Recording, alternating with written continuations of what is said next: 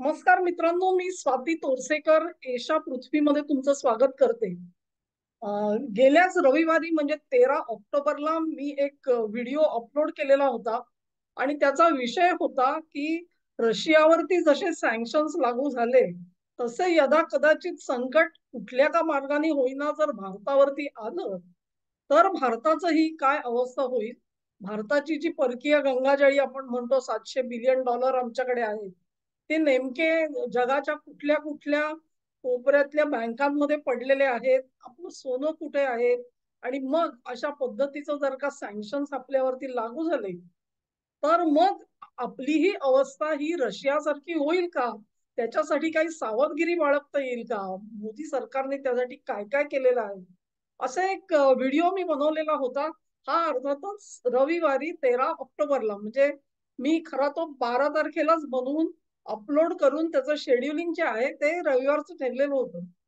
गंमत अशी झाली की तेव्हा मला पुसटशी सुद्धा कल्पना नव्हती, पण सोमवारी जे काही महानाट्य घडलं आणि त्याच्यामध्ये भारताने कॅनडामधून आपले राजदूत माघारी बोलावले. मग कॅनडाने चलाखी करून तासाभरामध्ये त्यांना आपण हद्दपार केल्याची ऑर्डर काढली. त्याच्यानंतर मग भारताने त्यांचे इथले 6 अँबॅसेडर्स जे आहेत त्यांना माघारी पाठवण्याची घोषणा केली. वगैरे वगैरे महानाट्य जे सगळं उलगडत होतं, त्या निमित्ताने कॅनडामध्ये काही प्रेस कॉन्फरन्स घेण्यात आली. ही प्रेस कॉन्फरन्स जी आहे ती त्यांच्या सरकारी अधिकाऱ्यांतर्फे घेतली गेली होती. त्याच्यात 2 पोलीस अधिकाऱ्यांची एक वार्ताहर परिषद होती आणि दुसरी जी परिषद होती ती त्यांच्या मंत्रालयाकडून होती.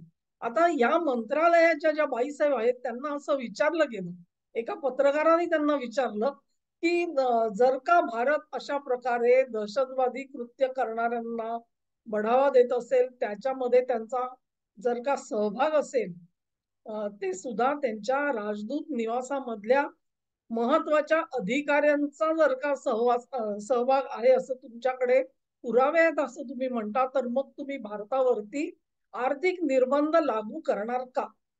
ह्या प्रश्नाला उत्तर देताना या बाईसाहेब असं म्हणाल्या की ही जी बाब जी आहे ती, पहिली गोष्ट तुम्ही लक्षात घ्या की एखाद्या देशाचे राजदूत यांची हकालपट्टी करणं ही फार मोठी गोष्ट आहे.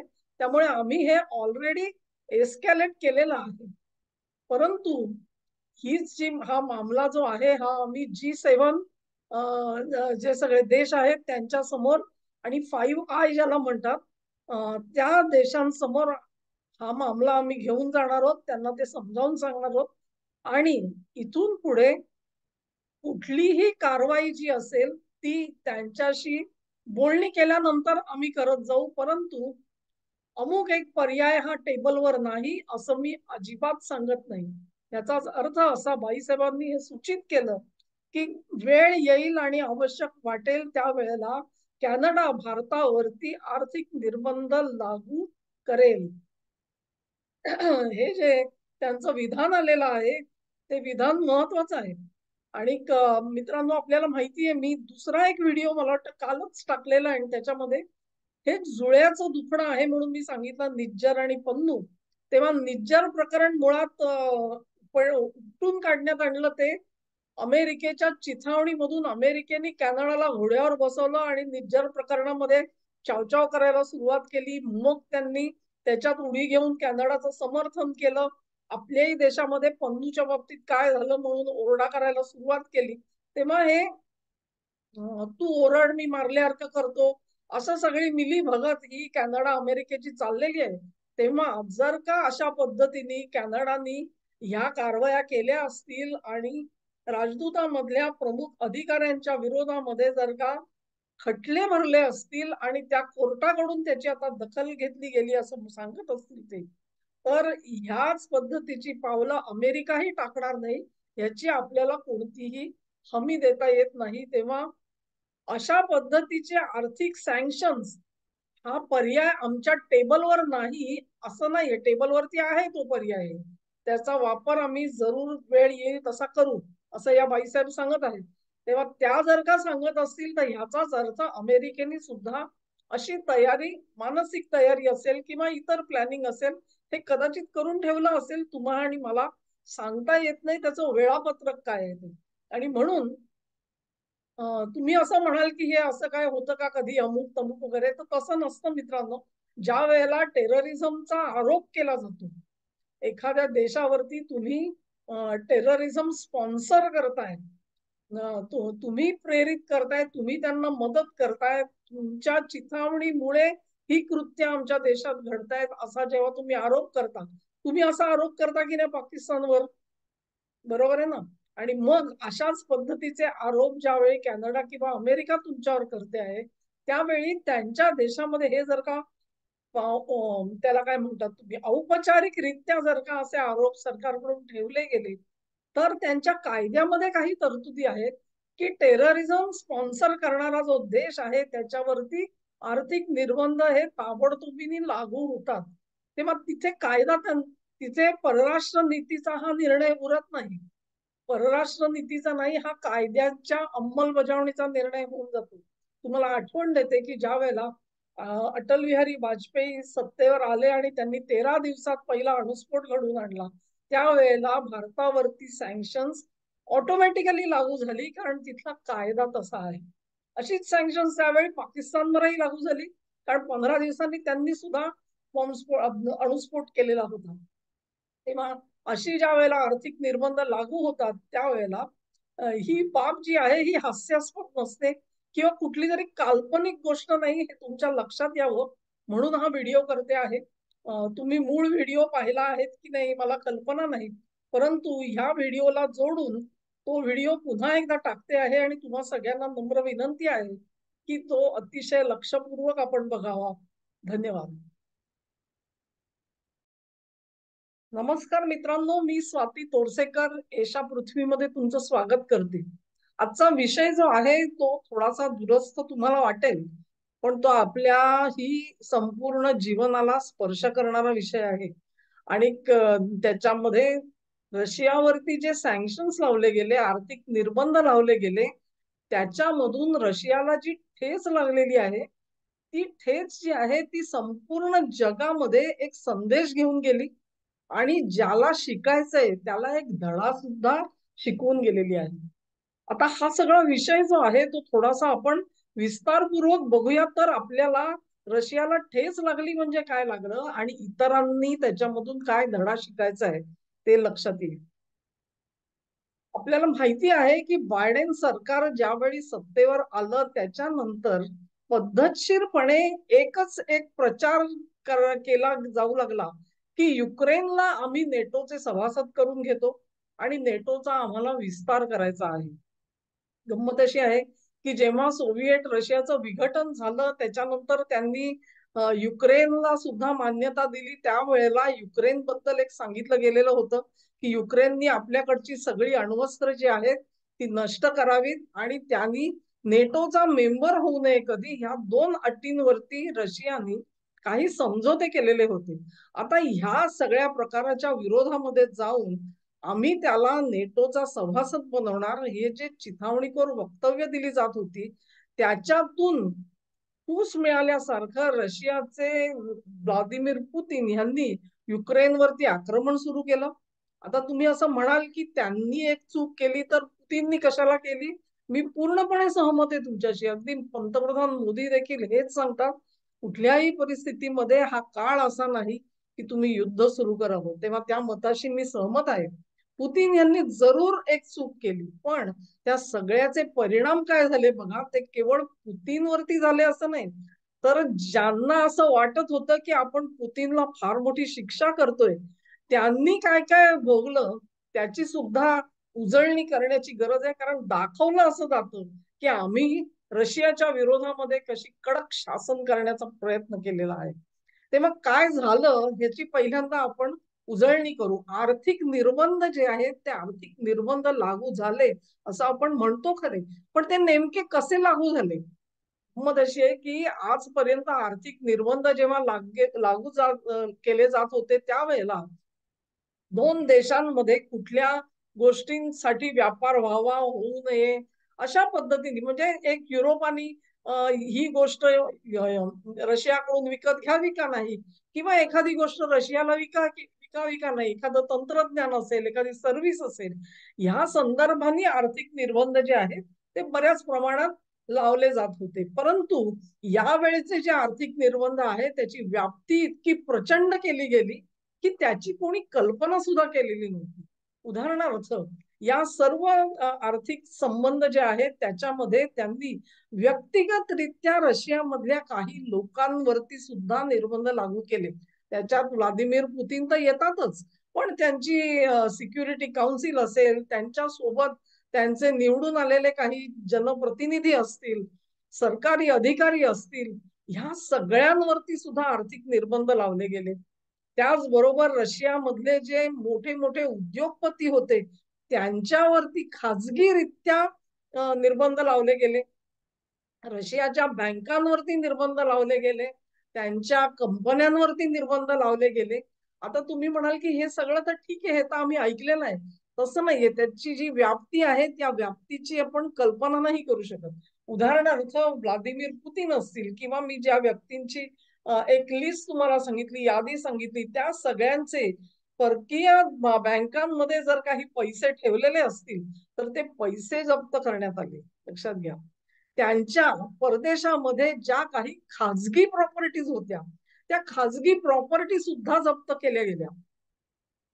खाजगी व्यक्तींच्या खाजगी प्रॉपर्टीज वरती निर्बंध लागणं ह्याच्या इतकी कडक कारवाई असू शकत नाही असं मला वाटतं. ही कारवाई जी आहे ती केवळ पुतीन आणि त्यांचे जवळचे सहकारी किंवा लोक नियुक्त प्रतिनिधी असतील, लोकांनी निवडून दिलेले प्रतिनिधी असतील ह्याच्या पुरती मर्यादित राहिली नाही, तर रशियाचे उद्योगपती त्याच्यामध्ये सामील करण्यात आले. म्हणजे जे उद्योगपती हे पुतीन सोबत आर्थिक सहकार दाखवता आहेत त्या सर्वांना सुद्धा ह्या सगळ्याला तोंड द्यावं लागलं. त्यांचे सुद्धा खाजगी ज्या त्यांचे पैसे असतील परकीय बँकांमध्ये ते गोठवले गेले, त्यांच्या प्रॉपर्टी जप्त झाल्या.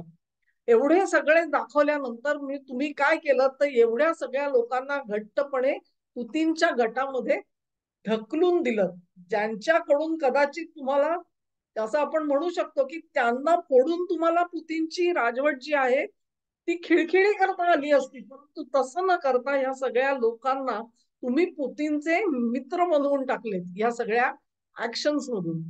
आता या सगळ्याचा इम्पॅक्ट काय आहे लक्षात घ्या की रशियन बँका ज्या आहेत, रशियन बँका सुद्धा ह्याच्यामध्ये सामील झाल्या. रशियन बँकांवर सुद्धा आर्थिक निर्बंध आले. या बँकांनी परकीय बँकांमध्ये आपले पैसे ठेवलेले होते. सर्व बँका करतात, भारताच्या सुद्धा अनेक बँका ज्या आहेत त्यांच्या जगभर शाखा असतात आणि तिथे भारताचे काही पैसे ठेवलेले असतात. ते कशासाठी ठेवले जातात तर स्थानिक पातळीवरती जे काही आर्थिक व्यवहार करायचे असतात ते व्यवहार त्या पैशामधून केले जातात. अशा तऱ्हेने रशियन बँकांनी ठेवलेले जवळजवळ $250 बिलियन हे गोठवले गेले. आणि मी जी खाजगी तुम्हाला जी सांगितली गोष्ट त्याचा हिशोब तर जवळजवळ $25 बिलियन एवढा आहे. $25 बिलियनचा अर्थ असा 2500 कोटी बिलियन कोटी डॉलर्स. आणि जे $250 बिलियन सांगितले त्याच्यावर आणखी 2 शून्य ठेवा, म्हणजे $25,000 कोटी हे गुंतवले गेले. आता या प्रकारे जर का एखाद्या देशावरती निर्बंध लागू झाले तर त्यांच्या हातातला पैसा गेला आणि तुमच्यापैकी जे कदाचित आर्थिक व्यवहार करत असतील, मोठमोठ्या पदांवरती जर तुम्ही काम केलं असेल, अगदी साध्या घरामध्ये सुद्धा तुम्हाला असं कळतं की तुम्ही बाबा तुमच्या बँकेमध्ये पैसे ठेवलेले आहेत, तुम्ही दर महिन्याला बँकेत जाता, थोडेफार पैसे काढून आणता आणि त्या खर्चामध्ये तुम्ही तुमचा घर खर्च चालवत असता. बँका सुद्धा काय करतात, साधारणपणे तेच काम करत असतात. तुमच्या हातातून जर का तुम्हाला कोणी सांगितलं बँकेमध्ये तुमचा पैसा आहे पण तो तुम्हाला काढता येणार नाही, तो गोठवला गेलेला आहे, तर तुम्हाला काय वाटेल? तुम्हाला वाटेलच ना की मी हा घर खर्च आता चालवू कसा, पण पैसे तर माझे तिथे आहेत. ठीक आहे, तुम्ही जर का 10 बँकांमध्ये ते विभागून ठेवले असतील तर ठीक आहे, एक बँक नाही मी दुसऱ्या बँकेतून काढीन म्हणून तुम्हाला थोडा दिलासा असेल. तसा ह्या देशाच्या ज्या बँका आहेत त्यांना दिलासा तर थोडा असणारच, पण एवढ्या मोठ्या प्रमाणावरती जेव्हा तुम्ही संपत्ती गोठवता तेव्हा कुठे ना कुठे त्याचा चिमटा तर बसतोच मित्रांनो. आणि तो चिमटा रशियाने भोगला, त्याच्यामधून ते बाहेर पडले कसे ती एक वेगळी कथा आहे.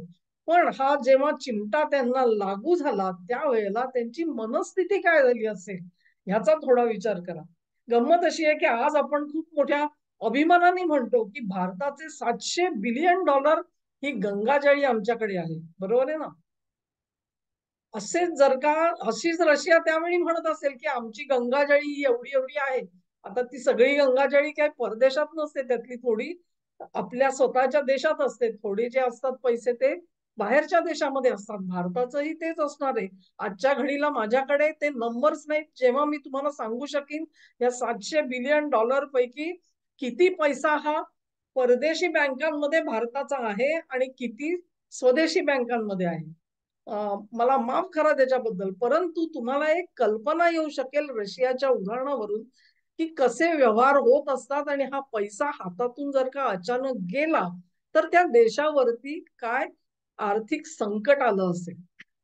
हे जे आर्थिक निर्बंध जे लागू झाले ते तेवढ्या पुरतेच नाहीत, म्हणजे आहे ते पैसे गोठवले वगैरे, जप्त झाली प्रॉपर्टी सगळी आपण कल्पना करू शकतो, पण त्याच्यानंतर सुद्धा पुढे कुठलेही व्यवहार होऊ नयेत म्हणून रशियाच्या बँकांना दिलेले स्विफ्ट कोडचे जे होते ते सगळे रद्द करण्यात आले.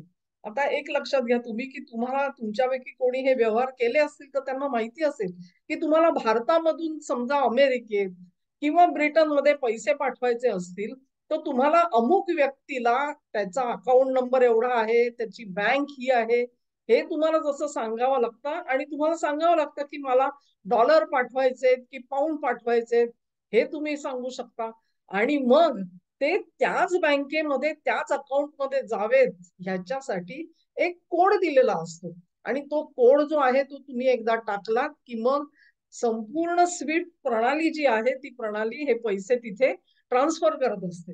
आता अशा पद्धतीने ज्या वेळेला व्यवहार होत असतात त्यावेळेला रशियाच्या बँकांना ह्याच्यातून पूर्णपणे वगळलं तर कल्पना करा तुम्ही की पाश्चात्य देशांमध्ये बसलेले जे काही लोक आहेत किंवा अगदी भारतात बसलेले लोक आहेत, स्विफ्ट सिस्टीमच जर का रशियामध्ये काम करत नसेल तर त्यांना पैसे पाठवायचे असतील रशियाला तर ते पाठवणार कसे, किंवा रशियामधून त्यांना आपले पैसे आणायचे असतील तर ते आणणार कसे.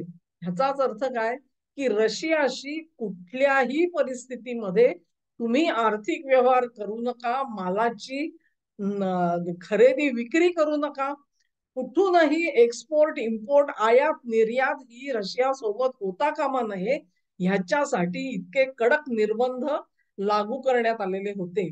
आणि ही बाब जी आहे ह्याच्यामधून रशियाला निश्चित क्षती पोचली, निश्चित नुकसान झालं. त्या नुकसानीमधून रशिया बाहेर कसा पडला ही एक वेगळी कथा असू शकते. पण एक लक्षात घ्या की मला नेहमी आश्चर्य वाटतं की बायडेन सरकारनी त्यांची संपूर्ण तुम्ही कारकीर्द बघितली तर त्या कारकिर्दीमध्ये त्यांनी ज्या काही कारवाया केल्यात ना त्या कारवाईचा संपूर्ण जगामध्ये आपण संदेश काय देतोय ह्याचा त्यांनी कधीतरी विचार केलाय का हा मला प्रश्न पडतो. माझी सगळी जर का तुम्ही निवेदनं बघितली तर तुमचा असा एक समज होण्याची शक्यता आहे की मी बायडेन सरकारवरती ताशेरे झोडते. मी ताशेरे झोडते अशातला भाग नाहीये. हे सरकार जर का अमेरिकेचं सरकार असेल तर त्या सरकारने निदान अमेरिकेचं नुकसान होऊ नये अशा पद्धतीने निर्णय घ्यावेत ही अपेक्षा असते. आता ही अपेक्षा सुद्धा ते सरकार पूर्ण करणार नसेल तर त्याच्यावर ताशेरे झोडायला लागतात. मी असं म्हणत नाही की अमेरिकेने भारताचं नुकसान करू नये, अरे पण किमान स्वतःचं तर नुकसान करून घेणार नाही तुम्ही, परंतु तेही झालेलं दिसत नाही. तुम्हाला हे खरं वाटणार नाही परंतु मी तुम्हाला एक उदाहरण देते. बायडेन सरकार आल्यानंतर ट्रम्पच्या काळापासूनच तालिबानांसोबत काहीतरी वाटाघाटी चालू होत्या. अफगाणिस्तानची सत्ता जी आहे ती तालिबानांच्या हाती देण्यासाठी टर्म्स कंडिशन्स काय असाव्यात, अटी काय असाव्यात ह्याची चर्चा 2, 3, 4 वर्ष चाललेली होती जवळजवळ ट्रम्प यांच्या काळापासून. आणि मग अचानक एक दिवस बायडेन सरकारने ठरवलं की आपण अफगाणिस्तान मधून बाहेर पडायचं आणि अचानक तालिबानांच्या हाती, म्हणजे त्याला प्री प्लॅन म्हणतात, काहीतरी एक पूर्व नियोजन करून तुम्ही त्या देशातून बाहेर पडलात तर अमेरिकेचं नुकसान कमी होतंय, परंतु त्याचा कसलाही विचार न करता एक काहीतरी तारीख ठरवली गेली आणि सैन्य माघारी बोलवलं गेलं. या सगळ्या प्रकारामध्ये तिथे अमेरिकन नागरिक जसे अडकून पडले तसेच अमेरिकेचे कंत्राटदार अडकून पडले, त्यांच्या सोबत काम करणारे अमेरिकन नागरिक अडकून पडले. ह्याच्यावरच गोष्ट त्यांनी स्वतः जीव वाचवा आणि अमेरिकेला परत या.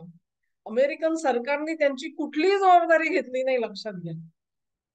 ह्याच्यानंतर बागराम सारखा जो त्यांचा बेस होता, तळ होता, तिथे अनेक जण काम करत होते, कंत्राटदार काम करत होते. त्या कंत्राटदारांकडे काम करणारी स्थानिक जनता सुद्धा होती. आता अमेरिकेशी सहयोग करणारे अफगाणी लोक जे आहेत ते तालिबानांचे उपजत शत्रू असतात, लक्षात घ्या. तालिबान सत्तेवर आले तर ते या सगळ्यांचा खात्मा करतील, हे काय अमेरिकेला माहिती नव्हतं असं नाहीये. पण बागराम मधून बाहेर पडत असताना अमेरिकेने इतकी पण काळजी घेतली नाही की तिथे असलेले बायोमेट्रिक्सचे रेकॉर्ड आहेत ते रेकॉर्ड त्यांनी तसेच्या तसे ठेवले. जेव्हा अमेरिका बाहेर पडली त्यावेळेला आणि तालिबान बागराम तळामध्ये गेले त्यावेळेला त्यांना ही सगळी माहिती आयती मिळाली.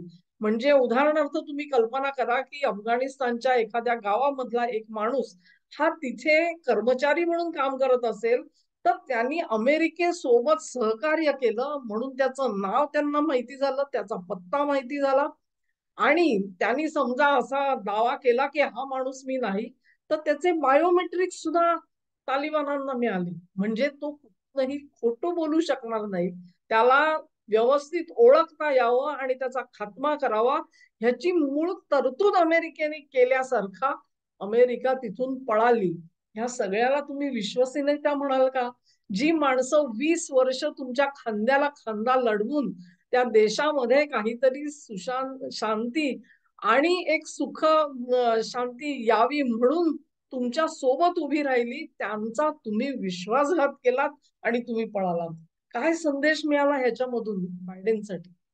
बायडेन सरकारने जगाला संदेश काय दिला की अमेरिका हे विश्वसनीय पात्र नाही. ही जी गोष्ट आहे ती वारंवार घडत आलेली आहे. आज युक्रेन सुद्धा लढतोय. का रडतोय?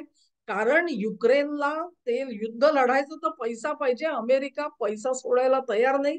आता त्यांना ते युक्रेन युद्ध नकोसं झालेलं आहे. त्या कुठूनही काहीतरी करा आणि त्याच्यामध्ये समझोता तयार करा, दोन्ही पक्षांना एकत्र बसवा आणि काहीतरी अटी मान्य करा, अशा मनोवस्थेमध्ये अमेरिका आली. कारण त्यांना आता युक्रेन युद्धात रस नाही, त्यांना मध्य पूर्वेच्या युद्धामध्ये रस तयार झालेला आहे. तेव्हा युक्रेनला त्यांनी वाऱ्यावर सोडून दिलेलं आहे. ज्यांच्या शब्दासाठी झेलेन्स्की यांनी आपला चिमुकला देश हा युद्धाच्या खाईत लोटला, आज त्यांच्या मनामध्ये काय विचार असतील आणि ते झेलेन्स्की सोडून द्यावं, सामान्य युक्रेनी माणसाला काय वाटत असेल ह्याची थोडी कल्पना करून बघा मित्रांनो. तेव्हा आपण आपली विश्वसनीयता ही सर्वात मोठी गोष्ट असते आणि ती जेव्हा तुम्ही गमावून बसता त्यावेळेला तुम्ही जगामध्ये काय गमावून बसलात ह्याची तुम्हाला कल्पना येत नसते. ज्या पद्धतीमध्ये तुम्ही रशियाचे एका सरकारचे पैसे गोठवता, त्यांच्या खाजगी व्यक्तींचे पैसे गोठवता, त्यांच्या प्रॉपर्टीज गोठवता, या सगळ्यातून तुम्ही संदेश काय दिलाय जगामध्ये?